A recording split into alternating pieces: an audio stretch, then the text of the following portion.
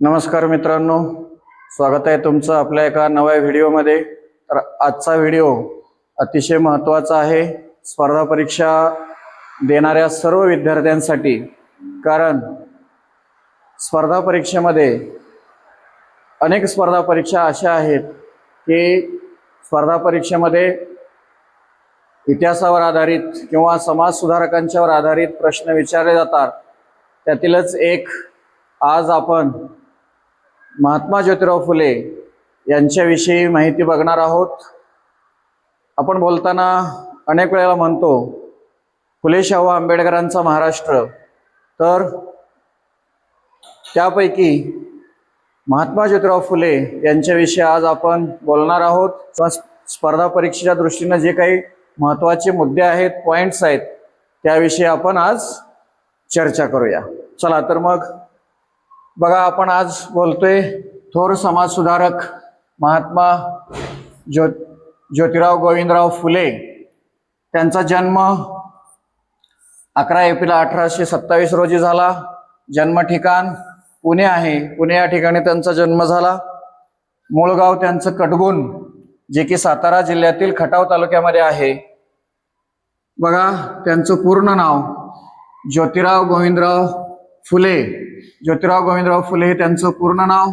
जन्म पुणे 11 एप्रिल 1827, मूळगाव कटगुण, जिल्हा सातारा, तालुका खटाव। खरं त्यांचं आडनाव होतं गोरे, परंतु त्यांचे आजोबा शेरीबा यांचा फुलांचा व्यवसाय, आणि फुलांचा व्यवसाय असल्याने फुले हे आडनाव त्यांना मिळाले। वयाच्या पहिल्या वर्षी त्यांची आई चिमणाबाई यांचं निधन झालेलं होतं। बघा मित्रांनो, महात्मा ज्योतिराव फुले यांनी जगाचा इतिहास, पश्चिमी देशांचा इतिहास, त्यात विशेषतः भारताचा प्राचीन इतिहास, भारताचा अर्वाचीन इतिहास, हे सर्व इतिहास त्यांनी इंग्रजीमधून या इतिहासांचं वाचन केलेलं होतं। त्याचबरोबर बौद्धिक शिक्षण सुद्धा घेतलेलं होतं, शरीर शिक्षण सुद्धा घेतलेलं होतं। लहुजी बुवा मांग यांच्यापाशी ते दांडपट्टा शिकले, मल्लविद्या सुद्धा संपादन केली, म्हणजेच ते कुस्ती सुद्धा जाणत होते किंवा कुस्ती सुद्धा शिकलेले होते। मित्रांनो, महात्मा ज्योतिराव फुले यांना शालेय जीवनात अनेक मित्र मिळाले, नव्हे ते त्यांनी मिळवले। त्यामध्ये सदाशिव बल्लाळ गोवंडे, सखाराम यशवंत परांजपे, मोरोपंत विठ्ठल वाळवेकर, हे जे काही मित्र आहेत, ह्या मित्रांनी त्यांना शेवटपर्यंत समाज कार्यामध्ये, समाज सुधारणेच्या कार्यामध्ये साथ दिलेली आहे। मित्रांनो, थोर समाजसुधारक महात्मा ज्योतिराव गोविंदराव फुले यांच्याविषयी महत्त्वपूर्ण माहिती आपण बघतो आहोत। त्यांच्याविषयी काही महत्त्वाचे पॉइंट्स आपण चर्चा करतोय। त्यामध्ये बघा, पहिला पॉइंट एक, अमेरिकन राज्यक्रांतीच्या इतिहासाची त्यांच्या मनावर खोल छाप पडलेली होती। तर मित्रांनो, अमेरिकन राज्यक्रांती हे सुद्धा आपल्याला माहीत असणं गरजेचं आहे। अमेरिकेतल्या ज्या 13 वसाहती होत्या, त्या वसाहतींनी त्यावेळचं जे सरकार होतं अमेरिकेमध्ये, ग्रेट ब्रिटनचं, त्यांच्या विरुद्ध बंड पुकारलेलं होतं। प्रतिनिधी नाही तर कर नाही, या मुद्द्यावर त्यांनी अमेरिकेने इंग्रजांच्या विरुद्ध लढा दिला होता, आणि त्यामध्ये ते यशस्वी झाले होते। तर ह्याच अमेरिकन राज्यक्रांतीचा जो इतिहास आहे, या इतिहासाचा त्यांच्या मनावर खोल परिणाम झाला होता म्हणा, किंवा मनावर खोल छाप पडलेली होती। त्यानंतर बघा मित्रांनो, द राईट्स ऑफ मॅन हे पुस्तक आहे। आता या मुद्द्यावर अनेक वेळेला प्रश्न विचारला जातो। ते लिहिलेलं आहे थॉमस पेन यांनी, आणि थॉमस पेन लिखित द राईट्स ऑफ मॅन या ग्रंथाची महात्मा ज्योतिराव फुले यांनी अनेक पारायणे केली। त्या पुस्तकाचा सुद्धा त्यांच्यावर प्रभाव होता। या ठिकाणी तुम्ही बघू शकता द राईट्स ऑफ मॅन, आणि ते थॉमस पेन यांनी लिहिलेलं आहे. तिसरा महत्वाचा पॉइंट, वेद, स्मृती पुराणे यांच्यातील कथांचा अभ्यास त्यांनी केलेला होता. अश्वघोषाच्या नावावर असलेले वज्रसूची हे उपनिषद आहे, आणि हे उपनिषद त्यांना फार आवडलेले होते. इथं अक्ष आहे पण इथं अश्व हा शब्द आहे. अश्वघोषाच्या नावावर असलेले वज्रसूची हे उपनिषद त्यांना आवडले होते. चौथा महत्वाचा पॉइंट, संत कबीरांच्या बीजक या ग्रंथातील विप्रमती या प्रकरणाचा त्यांच्या विचारसरणीवर प्रभाव होता. पाचवा महत्वाचा पॉइंट, दैन्य अवस्थेतून बाहेर पडण्याकरता लोकशिक्षण हाच मुख्य उपाय असं त्यांचं मत होतं, आणि ते अगदी खरं आहे. जी दैन्य अवस्था झालेली होती समाजाची, ती इंग्रज सरकार, इंग्रजी सत्ता यांच्यामुळं किंवा त्यांची धोरणं, या धोरणामुळं समाज दैन्य अवस्थेत होता, आणि त्या दैन्य अवस्थेतून बाहेर पडायचं असेल तर लोक शिक्षण हाच उपाय आहे असं त्यांचं मत होतं. त्यानंतर सहावा महत्वाचा पॉइंट, 1 जानेवारी 1848 हा फार महत्वाचा आहे. 1 जानेवारी 1848 पुण्याच्या बुधवार पेठेतील भिडेवाड्यात मुलींची पहिली शाळा त्यांनी सुरू केली, आणि या शाळेमध्ये पहिल्या दिवशी 8 मुलींचा प्रवेश झालेला होता. 1848 ला आणखीन एक सांगायचं राहून गेलं मित्रांनो, महात्मा ज्योतिराव फुले यांच्या पत्नी सावित्रीबाई फुले, तर सावित्रीबाई फुले त्यांनी त्या शाळेमध्ये सावित्रीबाईंना स्वतः शिकवून परत शिक्षिका म्हणून त्या ठिकाणी त्या मुलींना शिकवत होत्या. म्हणजेच भारतातील पहिल्या महिला शिक्षिका ह्या सावित्रीबाई फुले आहेत. मित्रांनो, महात्मा ज्योतिराव फुले यांच्या पत्नी सावित्रीबाई फुले, त्यांना आपण क्रांती ज्योती म्हणून सुद्धा ओळखतो.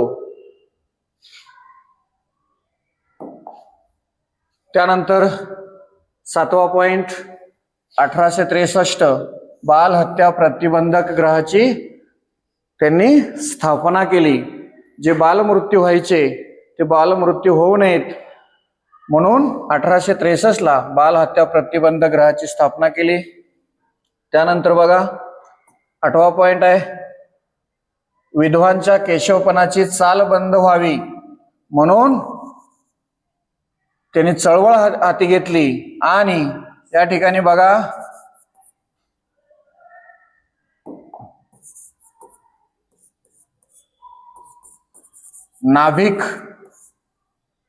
नाभिक समाजाचा संप घडवून आणलेला होता. त्यानंतर 9वा पॉइंट, अस्पृश्य व दलितांच्या प्रश्नाला मनस्वीपणे त्यांनी चालना दिली.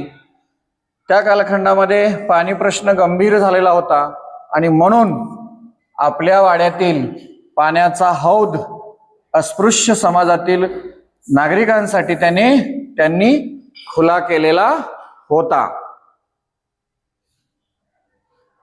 10वा पॉइंट, 1876 ते 1882 या कालखंडामध्ये महात्मा ज्योतिराव फुले हे पुणे नगरपालिकेचे सदस्य होते.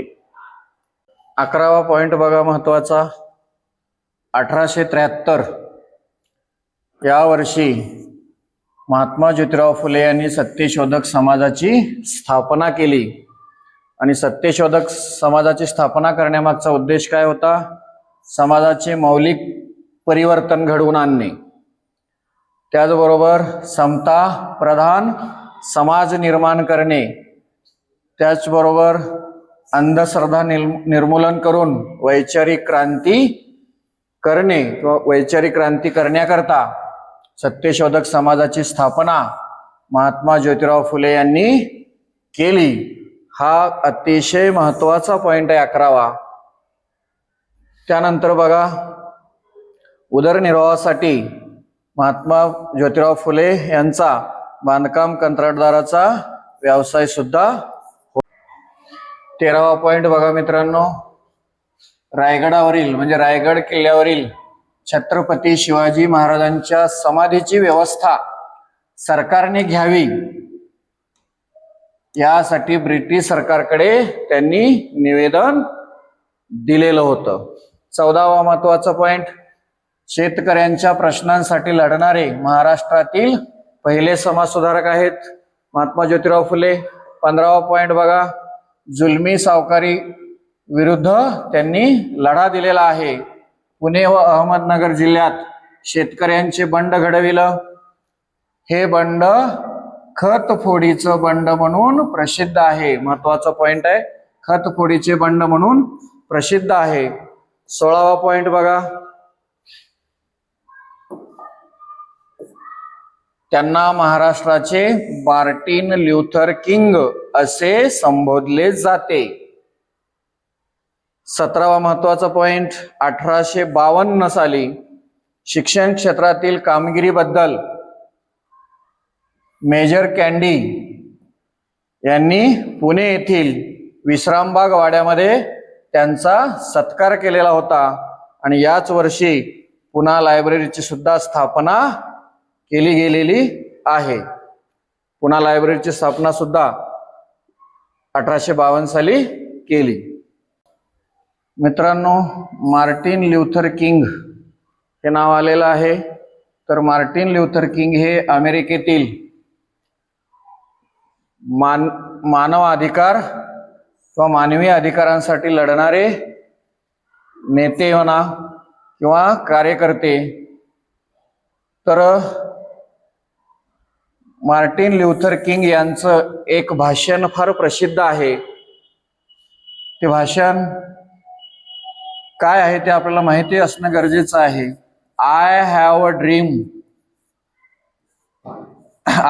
ड्रीम या नावाचं मार्टिन ल्युथर किंग यांचं भाषण फार प्रसिद्ध आहे. अमेरिकेमध्ये वर्णभेदाविरोधी लढणारे, वंशभेदाविरोधी लढणारे नेते किंवा सामाजिक कार्यकर्ते किंवा समाज सुधारणे करणारे नेते आपण सुद्धा म्हणू शकतो. 18वा महत्वाचा पॉइंट, 5 फेब्रुवारी 1852 या वर्षी मुलींच्या शाळांना अनुदान मिळावे म्हणून राज्यपालांना पत्र लिहिले होते. 19वा पॉइंट बघा महत्वाचा, 1854 काही स्कॉटिश मिशनरी स्कूलमध्ये अर्धवेळ शिक्षक म्हणून सुद्धा महात्मा ज्योतिराव फुले यांनी नोकरी केलेली आहे. 20 नंबरचा मुद्दा, 1856 या वर्षी त्यांना ठार मारण्याचा अयशस्वी प्रयत्न काही समाजकंटक लोकांकडून झालेला होता.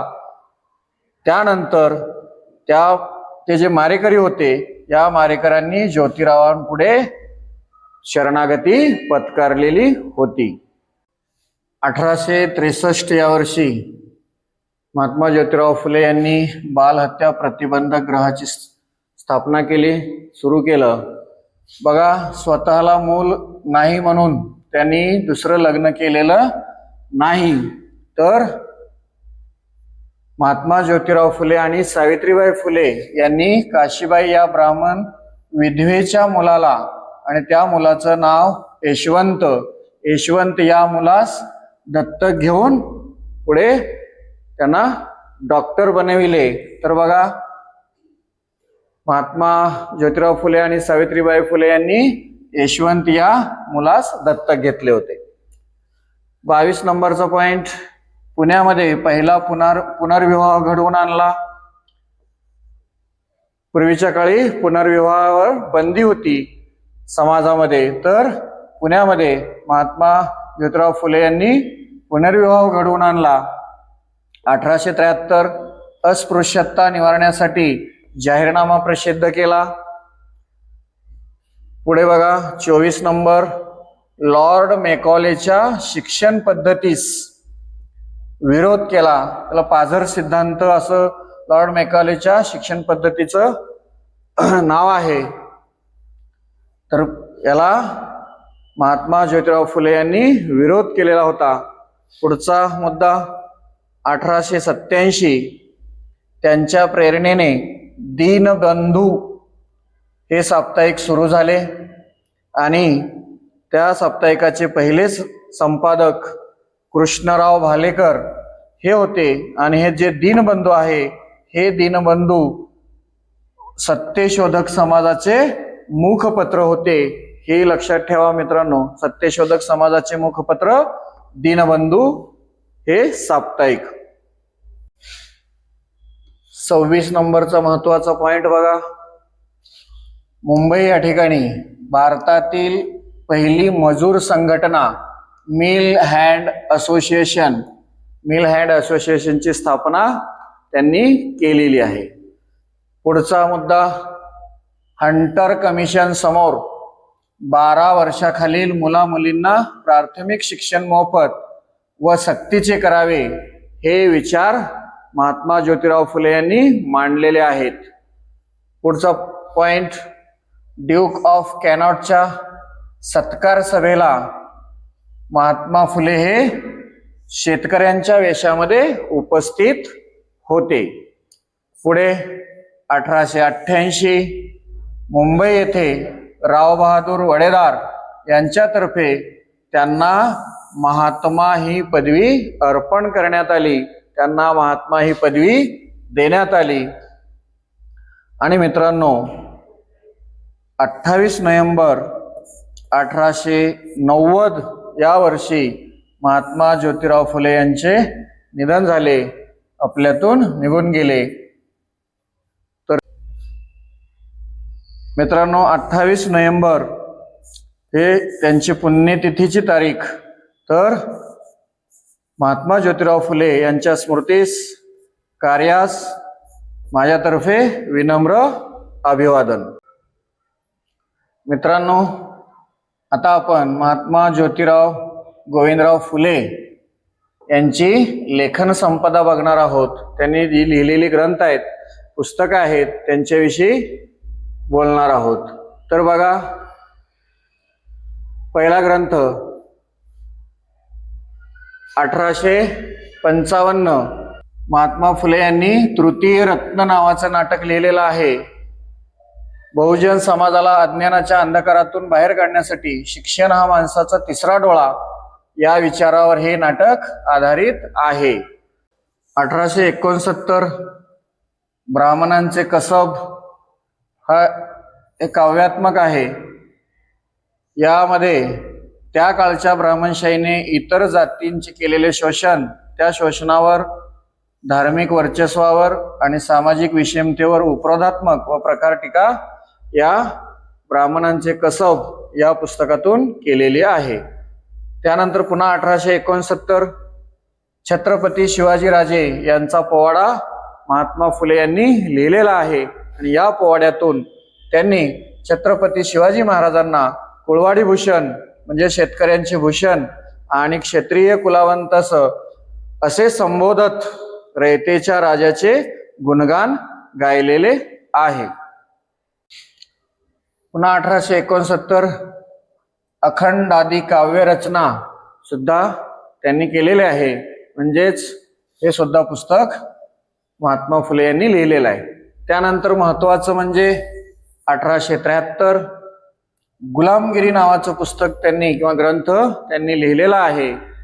भारतातील शूद्र आणि अतिशूद्र समाजावरील धार्मिक व सामाजिक शोषणाचे प्रखर विश्लेषण आणि त्या काळच्या ब्राह्मणवादी वर्चस्ववादावर कठोर प्रहार या गुलामगिरी पुस्तकातून महात्मा फुले यांनी केलेला आहे।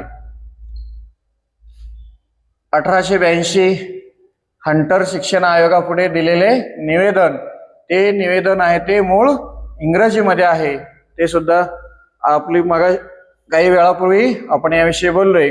आणि या निवेदनातून त्यांनी बहुजन समाजाच्या शिक्षणासाठी मोफत आणि सक्तीच्या प्राथमिक शिक्षणाची आग्रही मागणी केलेली होती इंग्रज सरकारकडं, की बहुजन समाजातील जी मुलं आहेत त्यांच्या शिक्षणासाठी त्यांचं शिक्षण मोफत झालं पाहिजे आणि सक्तीनं त्यांना शिक्षण दिलं पाहिजे, ही आग्रही मागणी महात्मा फुले यांनी हंटर शिक्षण आयोगापुढे दिलेल्या निवेदनामध्ये मांडलेली होती आणि ते निवेदन मूळ इंग्रजीमध्ये आहे. मित्रांनो, आपण थोर समाजसुधारक महात्मा ज्योतिराव फुले यांची लेखन संपदा बघतो आहोत. आतापर्यंत आपण त्यांचे 6 लिहिलेले निवेदन किंवा पुस्तक किंवा ग्रंथ किंवा पोवाडा आपण त्याविषयी बोललेलो आहे. आता आपण पुढचे त्यांची लेखन संपदा याविषयी बोलणार आहोत. 7 नंबर 1883 शेतकऱ्यांचा आसूड हे पुस्तक त्यांनी लिहिलेलं आहे. आणि ग्रामोद्योग किंवा कुटीरोद्योग हे इंग्रज सरकारच्या धोरणांमुळे कसे ढासळले याचं हृदयद्रावक चित्रण शेतकऱ्यांचा आसूड या ग्रंथामध्ये केलेलं आहे. त्यानंतर 1885 इशारा सत्सार the essence of truth Brahmo Samaj व प्रार्थना समाजाबाबतचं निवेदन सुद्धा त्यांनी केलेलं आहे. त्यानंतर 1891 सार्वजनिक सत्यधर्म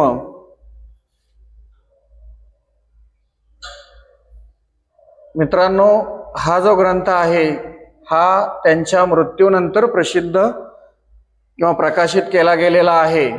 1891 सालीच त्यांचे दत्तक पुत्र यशवंत यांनी तो प्रकाशित केला, परंतु लिहिलेला मात्र महात्मा फुले यांनीच लिहिलेला आहे, सार्वजनिक सत्यधर्म. आपल्या समग्र विचाराचे सार असलेल्या विश्व कुटुंबवादाची सुसंगत मांडणी, स्वातंत्र्य, समता, बंधुभाव या मूलभूत मूल्यांच्या आधारावर समाज रचना कशी असावी हे सार्वजनिक सत्यधर्म या ग्रंथामध्ये त्यांनी मांडलेलं आहे. त्यानंतर पुढचा ग्रंथ आहे अस्पृश्यांची कैफियत. हा सुद्धा ग्रंथ त्यांच्या नावावर आहे किंवा त्यांनी लिहिलेला आहे. या ग्रंथामध्ये अस्पृश्यांच्या दुःस्थितीचे आणि वर्णव्यवस्थेतील अन्यायाचे वास्तव मांडण्यात आलेले आहे. महात्मा फुले समग्र वाङ्मय या ग्रंथात हे प्रकरण समाविष्ट केले गेलेले आहे. मित्रांनो, अस्पृश्यांची कैफियत हा अप्रकाशित ग्रंथ आहे. 11 दुष्काळ विषयक विनंती पत्र सरकारला, त्यानंतर ग्रामजोशांविषयी जाहीर खबर सुद्धा त्यांनी लिहिलेली होती. हे जे पत्रक आहे ग्रामजोशाविषयींचं जाहीर खबरीचे, हे पत्रक सत्यशोधक समाजाच्या माध्यमातून 1885-86 सुमारास काढलेलं होतं. यामध्ये त्यांनी गावच्या पुरोहितांचा म्हणजेच ग्रामजोशी यांचा धार्मिक जुलूम, शूद्रांचे होणारे शोषण आणि सत्यशोधक विवाह पद्धती यांचं सविस्तर वर्णन ग्रामजोशाविषयी जाहीर खबर या पत्रकामध्ये महात्मा फुले यांनी केलेलं आहे. मित्रांनो, अजून आपण पुढच्या भागामध्ये महात्मा फुले यांच्याविषयी जी काही माहिती अजून आहे ती आपण पुढच्या भागामध्ये बघणार आहोत. तत्पूर्वी तुम्ही जर चॅनलवर नवीन असाल तर चॅनलला सबस्क्राईब करा, व्हिडिओ आवडला असेल लाईक करा.